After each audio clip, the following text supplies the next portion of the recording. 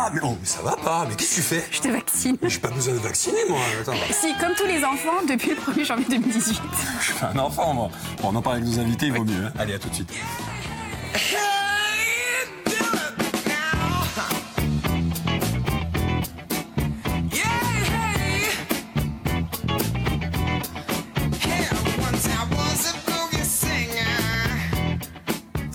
Bonjour à vous si vous nous rejoignez pour cette seconde partie de Viano. Eh oui, on a été mauvais hein, sur le sketch, c'est pas grave. Au sommaire, Caroline. Alors, considérez depuis tout le temps comme une formalité, les vaccins sont aujourd'hui remis en cause.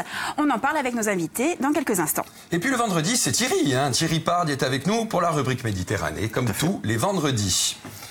Et puis les réseaux sociaux. Eh oui, donc ce soir, Caroline va chanter. Bon, enfin, je vous expliquerai après pourquoi. C'est pour ça. Eh oui, c'est pour ça. Donc le hashtag Viano va... Vous pouvez nous poser toutes vos questions avec le hashtag Viano sur les réseaux sociaux et nous y répondrons en direct. Et comme chaque jour, nous commençons par la revue de presse avec Marie-Jo. Harry, comment ça va, Marie-Jo? J'en peux plus. Ça va très bien. Non, mais vous prouvez à chaque instant que vous n'êtes pas un enfant. Ah, merci Marie-Jo. Vous êtes corporate, c'est bien. Alors, on a suivi ce matin l'hommage national rendu à Charles Aznavour par les chaînes info, bien sûr. Mais... Bah oui, les journaux font pas leur une du tout là-dessus. Oui, non, ça va être fini. Hein, finalement, c'était pas très intéressant. Vite, enfin, c'était très intéressant, mais c'était pas. Ça méritait pas la une de nos journaux. On commence avec Le Figaro et un anniversaire.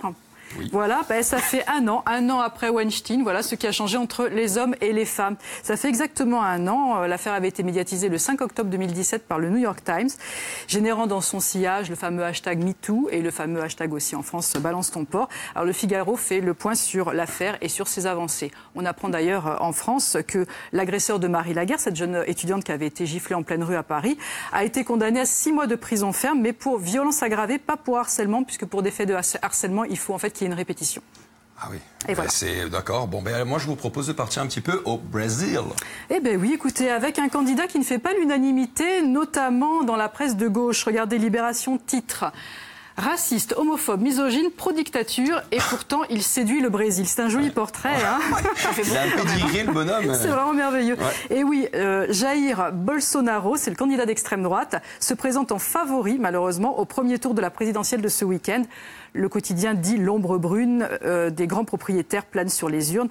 Les sans-terre tremblent, mais bien sûr les nantis se félicitent. Et l'Humanité va faire une qui est absolument similaire d'ailleurs, avec ce titre « Menace fasciste sur le Brésil ». La chasse aux sorcières contre le Parti des travailleurs et l'emprisonnement de Lula ont favorisé la candidature donc, de Jair Bolsonaro à l'élection présidentielle dimanche. Alors on se souvient effectivement que la candidature de Lula a été invalidée parce qu'il est condamné. Il a été condamné pour corruption. Lula, il a été président du Brésil de 2003 à 2011. Il est extrêmement populaire. C'était le chef du Parti des travailleurs. Il a mené une politique sociale qui a permis de sortir beaucoup de Brésiliens de la misère. Et puis, voilà, maintenant il est inculpé il est dans une affaire de corruption. On ne sait pas très bien d'ailleurs si c'est un piège tendu ou si c'est une réalité. En tout cas, il n'en demeure pas moins tout à fait inéligible. Ah, plutôt, hein. On parle un peu de santé ? Oui, avec une information qui a été reprise en une par Ouest France et dont on a beaucoup entendu parler hier. Ce sont des bébés mal formés, question en suspens. Voilà, alors dans l'Ain, le Morbihan et en Loire-Atlantique, les bébés sont nés sans main, sans doigts ou sans avant-bras et les médecins ont donné l'alerte. Alors France Info revient sur cette information et précise qu'il s'agit de 7 enfants dans l'Ain qui sont nés entre 2009 et 2014 avec des malformations. Dans le Morbihan, 4 enfants entre 2011 et 2013 et en Loire-Atlantique, 3 entre 2007 et 2008. Les médecins notent vraiment un excès de cas et précisent que dans l'Ain, le nombre est 50 fois plus élevé que la normale. Donc une enquête est lancée. Ah oui, il vaut mieux. Hein. On reste dans la santé ? Absolument, parce que l'environnement, c'est aussi la condition de la santé. Ça fait d'ailleurs partie de l'enquête pour les malformations. Avec Corse Matin qui inspecte le projet de gazoduc avec un certain scepticisme. Regardez ça, le gazoduc, un tuyau pas si vert pour la Corse. Bon, on sait que le gaz naturel devait remplacer le fioul lourd, c'était plutôt une bonne nouvelle. Mais finalement, l'impact écologique du projet qui doit acheminer le gaz naturel à travers l'île est abordé par le quotidien qui s'interroge sur les émissions de CO2, la pollution atmosphérique et l'impact sur l'environnement et puis bien sûr sur le développement des énergies renouvelables. Voilà, le bilan écologique, on ne sait pas très bien, on va suivre ça. Et vous avez sûrement une dernière actu sur l'environnement. Oui, je voulais finir sur l'environnement. On avait parlé de ça quand nous étions à la Parade il y a quelques temps. C'est en fait l'initiative de l'appel à la suppression des pesticides qui avait été lancé par Charlie Hebdo. Ça s'appelle « Nous voulons des coquelicots ». Et les signataires en fait, de cet appel organisent aujourd'hui, vendredi 5 octobre, à 18h30, devant les mairies des villes et des villages, des rassemblements plutôt festifs. 450 sont déjà annoncés, parce qu'il faut toujours déclarer ça en préfecture, donc ne soyez pas trop spontanés, il faut que vous ayez déjà déclaré. Et on peut encore signer cet appel sur nousvoulonsdescoquelicots.org, parce que ce matin, il y avait près de 273 000 signataires, mais on en espère toujours 320 000. Et Caroline, je crois que vous avez votre coquelicot avec vous. Oui, toujours. Ah bah, là, le coquelicot, ça rigole plus. Bon. Merci beaucoup, Marie-Jo. Alors, on ne se dit pas à demain, ni même à lundi, ni même à mardi. On se retrouve mercredi, vous nous lâchez? Oui, je pars. Lâchement. Je pars à Bastia, je pars au magnifique festival d'Artemar. Ah, c'est avec bien. Célia, On vous donnera des rendez-vous nouvelles de là-bas. Ah ben, on espère, hein. Rendez-vous est pris. Merci beaucoup, Marie-Jo. Thierry Part, spécialiste de la Méditerranée, bonjour. Rebonjour. Alors, Thierry, on commence par la Catalogne. 1 an après les référendums interdits et le changement de gouvernement espagnol, les indépendantistes sont divisés. Eh oui, souvenez-vous, il y a tout juste 1 an, les indépendantistes faisaient bloc pour organiser une consultation populaire et proclamer une éphémère république. Depuis, c'est un socialiste qui occupe le poste de Premier ministre espagnol et plusieurs anciens dirigeants sont encore en prison ou en exil, comme l'ancien président Carles Puigdemont. Alors, s'il y a une coopération en coulisses avec le nouveau gouvernement, eh bien, le discours officiel reste le même et les stratégies des différentes formations séparatistes divergent désormais nettement. L'indépendantisme est fragmenté en 3 parties et il existe en plus une ligne de division entre les dirigeants à l'étranger et ceux qui sont encore en prison. Dans ce contexte, le gouvernement peut jouer la montre, d'autant que les puissantes associations qui ont longtemps mobilisé les foules se montrent impatientes aujourd'hui. Alors si les indépendantistes ont retrouvé la majorité au Parlement régional, ils sont aujourd'hui à la croisée des chemins. Au Proche-Orient, maintenant Thierry, on reparle de la solution à 2 États entre Israël et Palestine. Oui, et celui qui en parle, eh bien, ce n'est pas n'importe qui, c'est le président des États-Unis, Donald Trump, même s'il nous a habitués aux surprises. Alors là, eh bien, c'est un tournant dans le positionnement sur ce dossier. Il se déclare favorable à une solution qui avait été privilégiée par ses prédécesseurs et par la communauté internationale. De plus, le président américain a promis un plan de paix équilibré d'ici à 4 mois. La reconnaissance de Jérusalem comme capitale d'Israël, la fermeture de la représentation palestinienne à Washington et la suppression de l'aide financière aux réfugiés avaient sérieusement crispé les Palestiniens. De nombreux heurts, d'ailleurs, ont éclaté ces dernières semaines. En attendant les détails de ce énième plan de paix, la situation reste encore explosive au Proche-Orient. Et puis cette semaine, la disparition d'un journaliste. Oui, un journaliste profondément méditerranéen, comme l'exprime si bien le grand reporter du Figaro, Georges Malbruno, cette semaine dans ce journal. Jusqu'au bout de son calvaire, il était malade depuis plusieurs années. Antoine Sfer n'avait rien changé à ses habitudes, continuant de fumer ses cigarettes et de déguster les pâtisseries de son Liban natal. Le visage d'Antoine Sfer était connu du grand public, créateur des Cahiers de l'Orient. Il était d'ailleurs habitué de l'émission C'est dans l'air sur France 5. Né à Beyrouth, maronite de confession, il avait commencé sa carrière au journal L'Orient le Jour. Il était un fin connaisseur du Moyen-Orient. J'avais eu le plaisir de le rencontrer, de réaliser une émission avec lui et de l'interroger sur l'actualité méditerranéenne. Une rencontre humaine et professionnelle. Un grand monsieur qui ne laissait pas indifférent. Merci Thierry. Et demain, dans Méditerranéo, tourisme en Méditerranée. Oui, on va parler de tourisme avec 2 réalités tout à fait distinctes. Tout d'abord, en Albanie, le pays devient peu à peu une destination prisée de la jeunesse européenne. Et puis ensuite, au Portugal, reportage à Porto pour illustrer une activité en pleine croissance. Merci beaucoup Thierry. On se retrouve la semaine prochaine pour une autre plaisir. Chronique méditerranéenne. Allez, il est 12h33, c'est l'heure du débat de Vianov.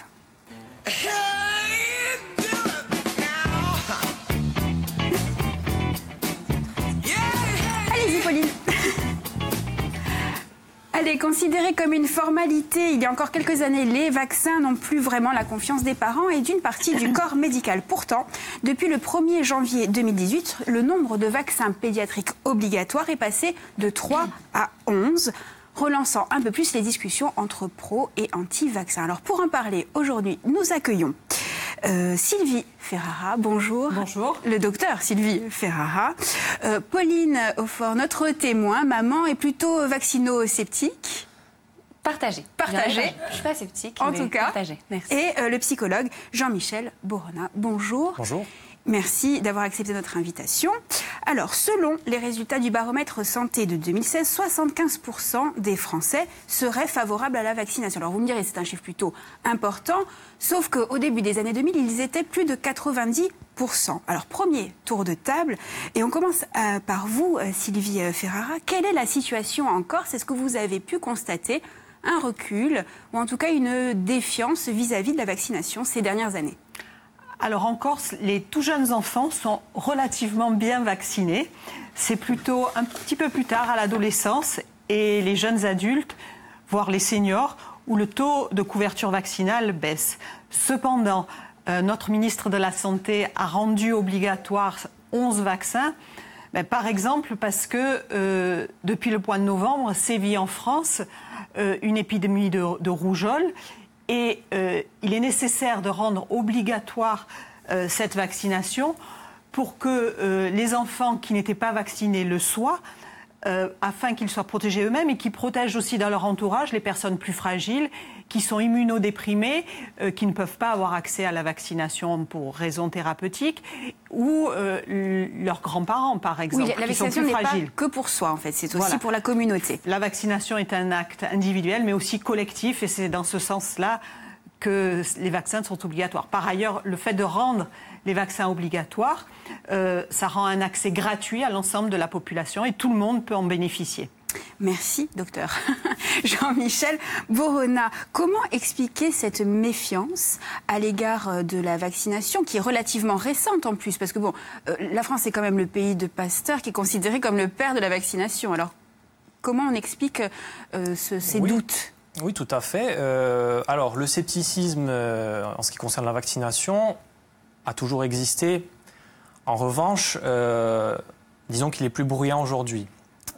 On peut avancer deux arguments ou deux hypothèses. Donc, il y a l'explication un petit peu sociologique, c'est-à-dire que en regard si vous voulez, de l'institution médicale, il y a peut-être à un moment donné une perte de confiance de l'opinion publique à un certain moment, à savoir que l'institution médicale a besoin de beaucoup de temps et beaucoup de preuves envers l'opinion publique pour faire entendre qu'un vaccin est efficace, effectivement. À savoir que, je dirais, les scandales qu'il y a pu y avoir en France ont entaché de façon vraiment importante cette confiance qui a été gagnée. Ça, c'est le premier argument. Et puis, je dirais aussi, parallèlement à ça, le développement aussi des réseaux sociaux. À savoir que le réseau social fait partie de nos vies aujourd'hui, est devenu vraiment, est rentré un petit peu en concurrence justement avec ce discours médical, effectivement.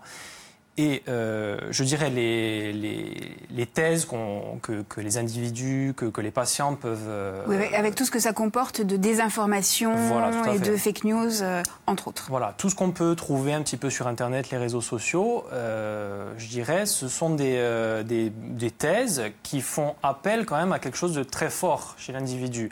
C'est-à-dire que souvent, ce sont des thèses qui s'appuient sur des leviers ou de peur, ou des leviers qui sont très empreints d'affect chez la personne. C'est-à-dire qu'effectivement, quand on va lire un témoignage, on peut se poser la question, une mère peut se poser la question, est-ce que je vais faire vacciner mon fils? Alors justement, Pauline, vous êtes notre témoin du jour. Alors vous êtes maman d'un garçon de 14 ans. De 14 ans. Oui. Donc voilà, qu'est-ce qui vous a inquiété ou qu'est-ce qui vous inquiète dans les vaccins? C'est pas que je suis inquiète, moi je suis pour les vaccins. Effectivement, il faut reconnaître l'utilité des vaccins. Je pense qu'on est des générations justement où on n'a pas eu beaucoup de maladies et d'épidémies, donc finalement on a une approche un peu légère. Juste simplement, il faut savoir que aussi dans la communauté scientifique et au sein des médecins, il y a des médecins qui sont parfois un peu dissidents et qui alertent sur l'excès des vaccins, pas sur le vaccin lui-même, notamment le professeur Joyeux, qui a été justement en première instance radié de l'ordre des médecins et qui revient à la barre justement. Non, la radiation a été annulée par la Cour d'appel. Elle a été annulée, d'accord, effectivement. Donc moi, en tant que maman, j'ai vacciné mon enfant à la naissance, évidemment, sur le rougeole, rubéole, oreillon, hein, c'est ça, je ne me trompe pas. Tout à fait. Voilà, effectivement, mais maintenant, on nous demandait aussi, je ne l'ai pas fait, il y avait l'hépatite, méningite, et puis un autre, je ne sais plus. Alors j'ai refusé ça. Et puis je suis arrivée quelques années plus tard, on m'a dit « Ah non, non, madame, c'est pas possible, c'est très important de faire ce vaccin. » Et en fait, à l'issue du vaccin, alors il a déclaré des crises d'asthme dans la semaine qui a suivi, et il n'était pas asthmatique, hein, c'était vers l'âge de 8 ans. Alors ça peut être un asthme d'effort, effectivement. Mais vous, en tant que parent, on a fait une association. Effectivement, moi je ne suis pas scientifique, je n'ai pas l'autorité, je ne suis pas médecin, je ne sais pas. Mais j'ai juste observé ça et j'ai commencé à me poser des questions sur effectivement la possibilité d'un lien entre les vaccins et des effets secondaires ou des déclarations de maladies plus tardives, notamment la sclérose en plaques et aussi le vaccin contre l'hépatite B. Alors voilà. Justement, il y a d'autres mamans qui se posent des questions, bien sûr, hein, sur les réseaux sociaux, forcément. Je n'ai jamais été vaccinée. Beaucoup d'amis à moi ne l'ont pas été aussi, ainsi que leurs enfants, et n'ont jamais rien eu. Le seul problème, c'est qu'il faut se faire de faux tampons de vaccination, éviter les visites médicales à l'école, comme si on avait quelque chose de grave à se reprocher. Pourtant, tout ce qu'on veut, c'est de ne pas injecter des bactéries de maladies dans les petits corps de nos enfants. Sylvie, ça fait beaucoup de choses quand même. Alors déjà, au niveau de l'environnement, pour l'asthme, il y a beaucoup plus de chances d'avoir des allergènes, des pollens, et qui entraînent une crise d'asthme. Ensuite, je tiens à préciser que le lien qui a été fait il y a quelques années entre la survenue d'une maladie neuromusculaire comme la sclérose en plaques et la vaccination contre l'hépatite B, après plus de 30 ans de recul, il n'y a pas de lien de cause à effet. Donc ça, c'est acté. Ensuite, votre enfant a 14 ans, il va commencer à sortir, comme tous les jeunes, et il faut savoir que l'hépatite B fait partie des infections sexuellement transmissibles. Et qu'à l'heure actuelle, ce sont les enfants qui ne sont pas vaccinés qui sont la cible du microbe, et ça se comprend beaucoup mieux. Il est vacciné. Hein. Et l'hépatite B, ça se transmet aussi par la salive. C'est pour ça qu'on vaccine les bébés dès le plus jeune âge. Parce qu'un bébé qui rentre à la crèche, il se passe les joujoux, etc. Ah oui. Donc, Et donc, la thèse qu'a portée le professeur Joyeux par rapport au fait qu'il y ait de l'aluminium dans les vaccins, en fait, qui fait que vous recevez des métaux lourds et que justement, ça pourrait être en lien avec la déclaration de sclérose en plaques, pour vous, a été réfutée de manière... Alors, le lien quelle entre... étude on peut regarder? Enfin, on ne sait pas, nous. On ne sait pas quoi aller voir, qui écouter. C'est difficile, en fait. L'aluminium, c'est un adjuvant qui est nécessaire pour que le vaccin soit efficace beaucoup plus longtemps, pour éviter le nombre de doses de rappel. Il y a un gros dossier qui est sorti au niveau du ministère de la Santé. Vous pouvez le consulter sur le site de Santé publique France, où il n'y a pas de myofasciite à macrophage. C'est la maladie qui serait induite par l'aluminium. D'accord. Et vous prenez peut-être du café tous les matins, et dans votre capsule, il y a des métaux en beaucoup plus grosse quantité la cuisine que ce en qu'il y a, papillote, le papier d'aluminium, etc. Il y a eu beaucoup plus d'aluminium dans certains déodorants qui étaient diffusés à grande échelle. Donc l'aluminium dans les vaccins, c'est nécessaire pour éviter le nombre de doses de rappel et pour que le vaccin soit plus efficace. Et c'est vraiment des doses infimes. Et il faut quand même... Je l'ai déjà dit sur ce plateau il y a quelque temps, si on a créé des vaccins, c'est parce qu'il y avait des gens qui décédaient de maladies. À l'heure actuelle, s'il y avait un vaccin contre le sida, on serait bien content. S'il y avait un vaccin contre le chikungunya ou contre la virose Zika, on serait très content. Je pense quels sont les risques de ne pas se faire vacciner ? Très concrètement. Un risque collectif. Même si on pense que, comme l'a dit cette maman sur les réseaux sociaux, il n'y a pas de risque d'attraper une rougeole... À l'heure actuelle, si on n'est pas vacciné, c'est ces enfants-là qui vont l'avoir. Et malheureusement, ce sont les enfants qui n'ont pas été vaccinés ou des jeunes adultes, des adolescents. Cette année, il y a eu 3 décès dus à la rougeole parce que les gens n'étaient pas vaccinés ou mal vaccinés. Ça recule, effectivement. Non, mais c'est sûr qu'il y a un intérêt général qui est important. C'est-à-dire que c'est un acte collectif et responsable, je pense, de se vacciner. Simplement, si on peut progresser sur les adjudants, parce que... Vous dites que ça a été réfuté. Bon, moi, ma maman, elle est médecin cancérologue et on en a discuté hier puisque vous m'avez invitée. Donc j'ai un petit peu investigué. J'ai eu quelques minutes de temps pour investiguer un petit peu. Et elle me dit quand même, elle, en tant que scientifique et de même partie de votre grande famille de médecins, qu'il y a une corrélation, mais il y aurait une corrélation, mais qu'effectivement, le vaccin contre l'hépatite B a été beaucoup retravaillé. Après, effectivement, ce doute. Il y a eu une évolution dans la fabrication des vaccins, c'est certain. On les améliore en permanence. C'est pour ça que le calendrier vaccinal s'adapte aux nouvelles recommandations de la science. Hein. Et le premier vaccin n'est pas le même que celui d'aujourd'hui. Mais dans l'ensemble, pour moi, ils étaient aussi efficaces. Hein. Il n'y avait pas plus d'effets secondaires. Je veux revenir sur la méningite à méningocoque C et aussi sur les infections à pneumocoque. Moi aussi, j'ai un petit peu relu la presse récente. Et vous avez travaillé sur ça, c'est bien. C'est bien. Un quart des décès d'enfants infectés par le pneumocoque ou par le méningocoque aurait pu être évité grâce à la vaccination. C'est énorme.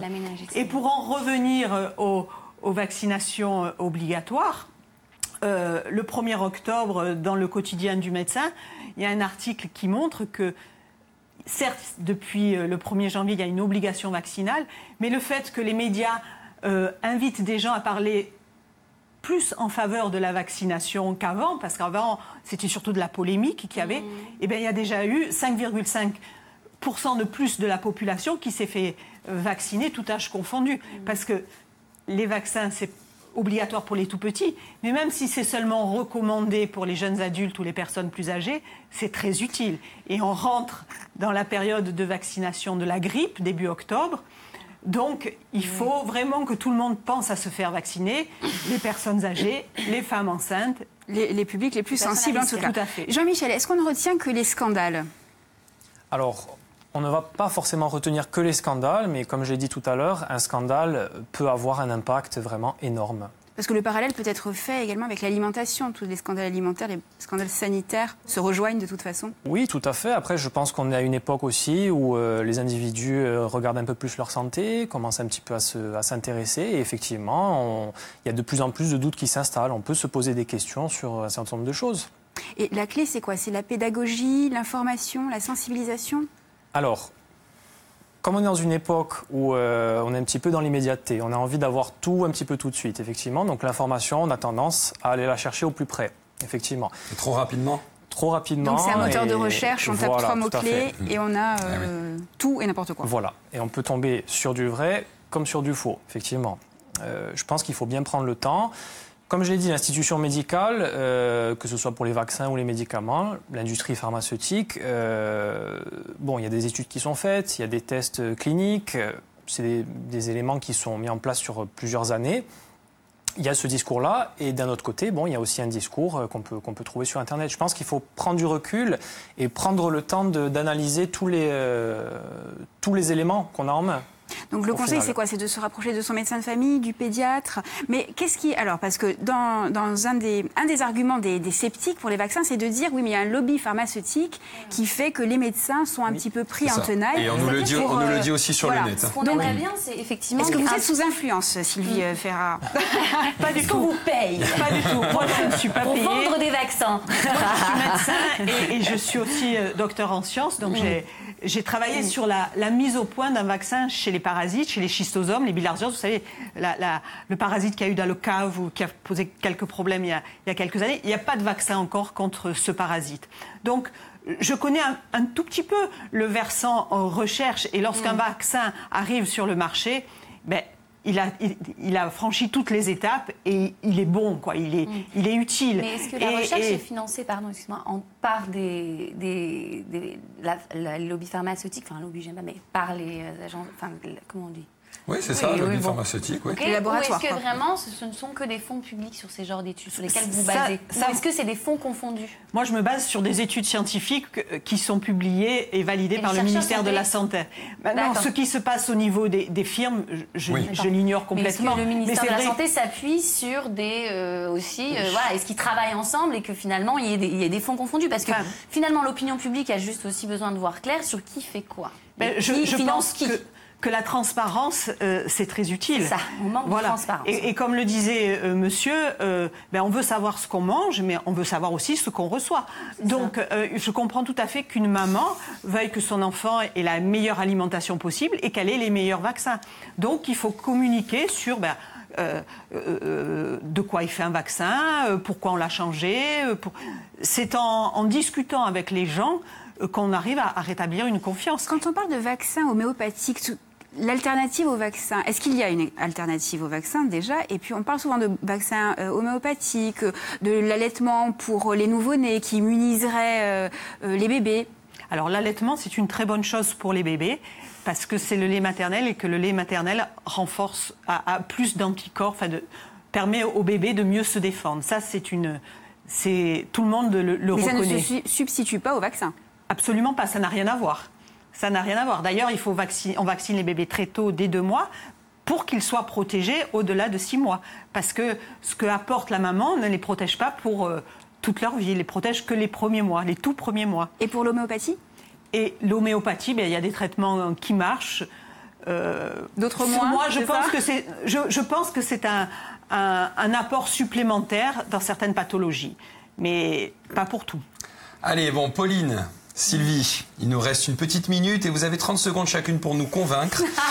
Oui, c'est ça. Mais moi, je suis pas sceptique, je suis partagée. C'est pas grave, vous avez votre mot à dire quand même. Jamais je dirais que je suis contre les vaccins. Par contre, effectivement, je pense que c'est pas parce qu'on a trouvé ce moyen qu'il faut pas exiger que la recherche continue. Moi, j'aimerais beaucoup que les fonds privés et les fonds publics sur la recherche concernant justement la vaccination soient rendus publics et que ce soit très transparent, notamment justement au-delà du fake news, parce qu'effectivement, on développe notre esprit critique. Hein, ceux qui sont sur le net et qui tapent 3 mots, c'est pas non plus que des débiles qui vont tout de suite lire une info. Et on cherche quand même les sources, on essaie.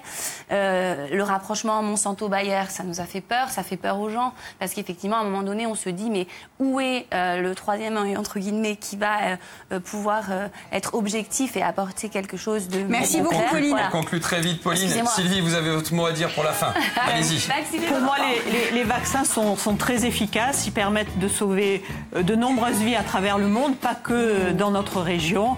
Et je crois que mettre à jour son calendrier vaccinal, c'est très utile pour le bien individuel et collectif. Et puis, on rappelle que c'est une obligation, donc les parents et les médecins sont dans l'obligation de le faire sous peine de poursuite pénale quand même, fallait le dire. Oui. Allez, merci à vous 3. On va se retrouver dans la 3e et dernière partie de Viano avec de la rando, de la détente au bureau et même de la fabrication de votre déo. Ouais. Oui, ça rime, on est en pleine forme.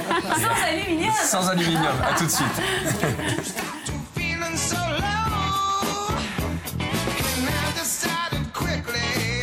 Yes, I did. You just go down and check.